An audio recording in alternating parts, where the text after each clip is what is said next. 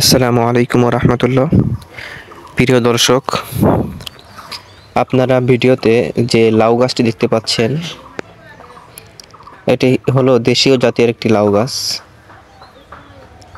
আপনারা দেখতেই পাচ্ছেন যে কি পরিমাণ ফলন হয়েছে। আসলে লাউ গাছ যদি ভালোভাবে পরিচর্যা করা যায় তাহলে সে লাউ গাছ থেকে অনেক ফলন পাওয়া যায়। এক তো লাউ হয়, এরপরে আবার প্রচুর পরিমাণে শাক সংগ্রহ করা যায়।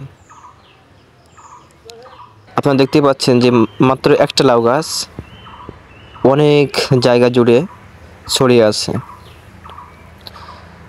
অথচ এই গাছের গোড়ায় কোনো সার ব্যবহার করা হয় নাই,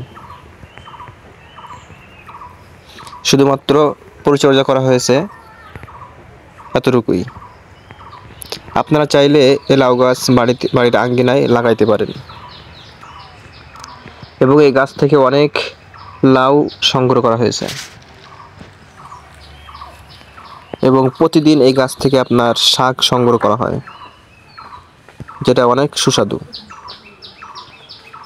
এটা এমন একটি গাছ যেটা পরিচর্যা একেবারেই কম লাগে।